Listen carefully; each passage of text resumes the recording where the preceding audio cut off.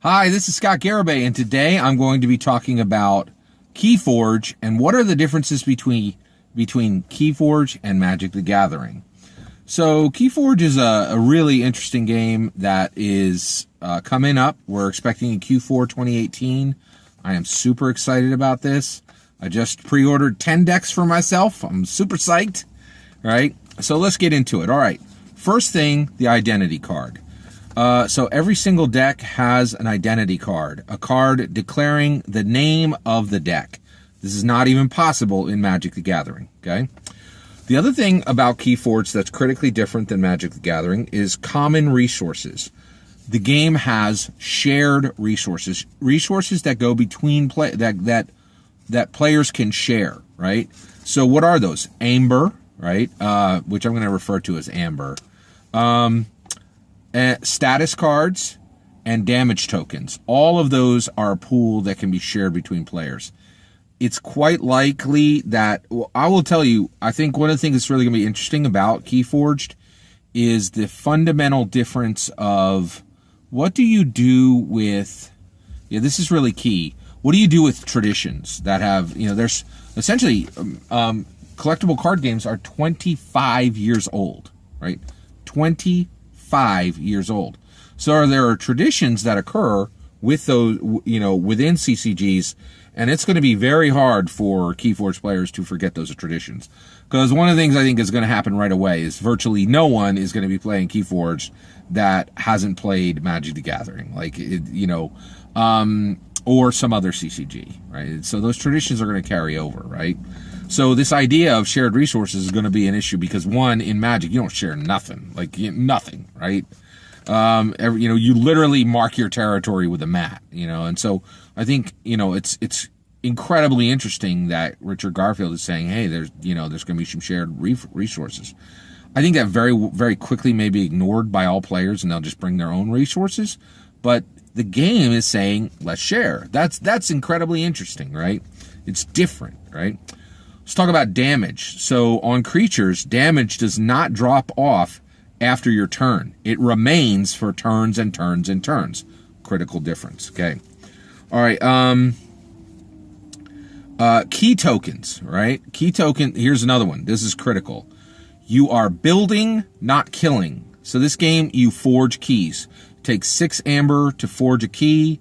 You need 3 key. You need to forge 3 keys to open the vault. When you open the vault, you win the game, okay? All right, so that's critical, right? This is really critical. So key tokens there's no equivalent of them within Magic the Gathering. They're forged and unforged. They have 2 states. And this is absolutely critical, right? You are building, not killing. This is an incredible difference, right? And it's a maturation of CCGs overall. I think it really gives a lot of opportunity, okay? Let's talk about the turn order in Keyforge. So the first thing you do is forge a key if you're able to. You choose a house. You can only, and that becomes your active house. And you can only play cards that are of that house, okay? And then you play whatever card you want, and then you discard and use cards of the active house, okay? Then you ready cards. Ready is untapping, right? I know you can't use that term. Ready is removing it from the exhausted phase, right? And then you draw cards. This is huge, right? When you go to draw cards, you can discard as many cards as you want from the active house. So you are controlling how many cards you draw so you're drawing cards at the end of the turn, completely different than Magic the Gathering, and you are controlling how many cards you get to draw, okay? And you're going to draw up to 6. You're going to draw up to your hand size. You're going to draw up to your hand size, right? So you could be drawing 0 cards, or you could be drawing all the way up to, you could be drawing up to, 4, 5, 6 cards. This is unprecedented. Drawing 4 or 5 cards at your draw phase in Magic, unheard of. In fact, it's almost like everybody has a lot of the powers of MTG Blue, right? That's pretty incredible. I think that's just absolutely incredible. Creatures. So let's talk about it. The tap in Magic the Gathering, it's called tapped. In Keyforge, it's called exhausted. Okay, creatures and artifacts all entered exhausted. This is huge, right? So basically, all your creatures and all your artifacts are not ready for use out of the gate. They've got to wait through the turn where you ready cards, which comes almost at the end of the turn. This is really, really big, right? And so it's a huge, huge difference from Magic the Gathering, where everything naturally comes in untapped unless something else has changed that game state, okay? All right, let's talk about creatures. So before we even jump into creatures, let's talk about the battle line. Creatures enter onto the playfield on a battle line, okay? In a Magic the Gathering, that line of creatures has never even been given a name, right? In Keyforge, not only is your line of creatures given a name, position matters. This is huge different from Magic the Gathering. Magic the Gathering, position does not matter, okay? Here in Keyforge, positions of where your creatures are is hugely different. They come in on the battle line and they come in on flanks, right? I think as a player, you get to choose if they come in on the right or the left flank, right? Flank means on the far edges, okay? Great term. I love it. Richard Garfield is an absolute genius. Upgrades. Upgrades are cards. They're similar to enchantments within Magic the Gathering. They're really exactly like Magic. So I really feel like that's one of the areas where they're the same, but their difference is their name. In enchantments, they're called MTG. In MTG, they're called Magic the Gathering. They're called enchantments. In Keyforge, they're called upgrades. Okay, let's talk about artifacts. So basically, an Omni artifact is your non-active, and Omni means, it means non-active. So an artifact is an artifact can be applied to any house. So if it's Omni, it can be applied to any house. There are artifacts that are house specific, to my knowledge. Okay, this is another thing that's strange in Magic Gathering. Artifacts can be applied to anything. They're not tied to a house, right? So in Magic Gathering, all artifacts are essentially Omni, right? But in Keyforge, they're Omni, which means they can apply to any house, not just the active house, and they can be and so they're different in that way. Also, artifacts cannot reap or fight. Okay, all right. Let's talk about creatures. Okay, creatures in this game, they can do more than just attack, right? They can reap, they can fight, or they can take an action. They could do one of those three things.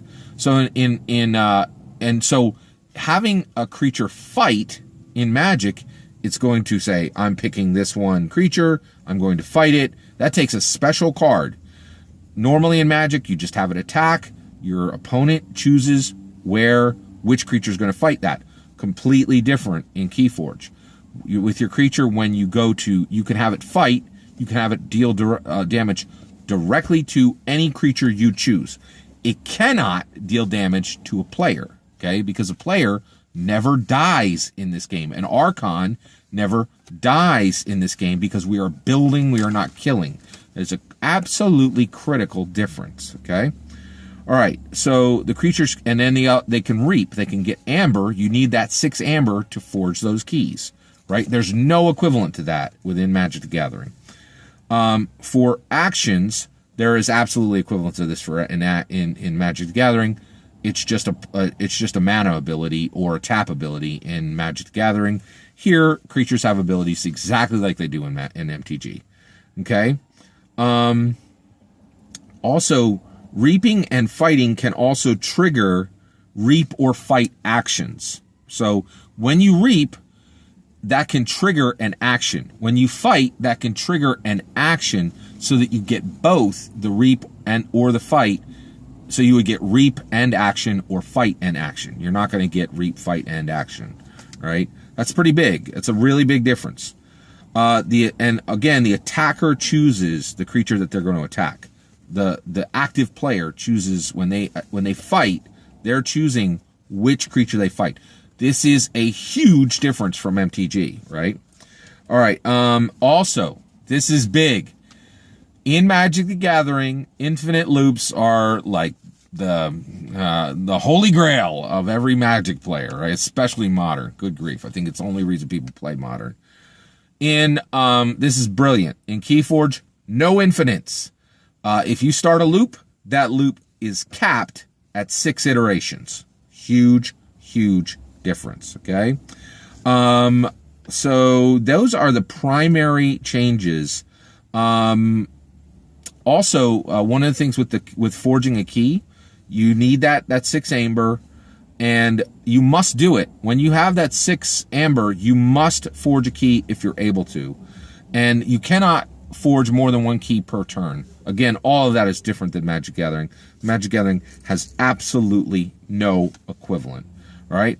Now, what about chains? I have discussed chains in its own video.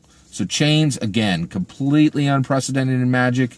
It's such a huge change that I've made its own video. You can find that right here on my channel. I really appreciate you taking listening to all these differences between Keyforge and Magic the Gathering. Please consider liking and subscribing, and get your pre-orders in. So actually, I should be careful here. I have gotten my pre-orders because I want to play the game. If you would like to be able to play the game, I think you should. It is my opinion that you should do a pre-order for no other reason than you would like to play the game. That to me is the reason to make a pre-order. Because I personally think, it is my opinion, that it is going to be difficult for people who do not make pre-orders to get these decks. We shall see. We shall see. Thanks again. Take care.